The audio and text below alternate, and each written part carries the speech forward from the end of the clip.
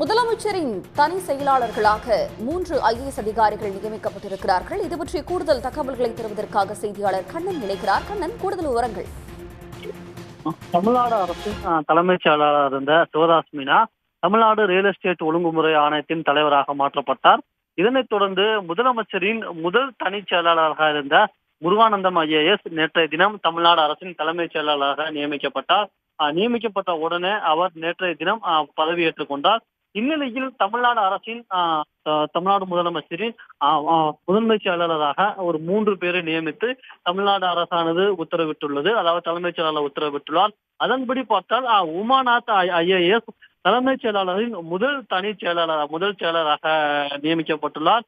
இதனைத் தொடர்ந்து சண்முகம் IAS முதலமைச்சரின் 2வது செயலாளராக நியமனம் செய்யப்பட்டுள்ளார்.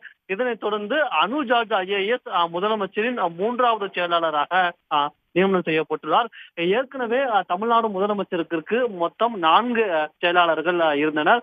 தற்போது அந்த 4 செயலாளர்களில் ஒரு செயலாளர், அதாவது முதல் செயலாளர் இருந்த சண்முகம் IAS தலைமை செயலாளராக நியமிக்கப்பட்டார். இதனைத் தொடர்ந்து அந்த செயலாளர் எண்ணிக்கை 3ஆக குறைத்து 3 செயலாளர்களை தமிழ்நாடு அரசாங்கம் தற்போது நியமித்துள்ளது.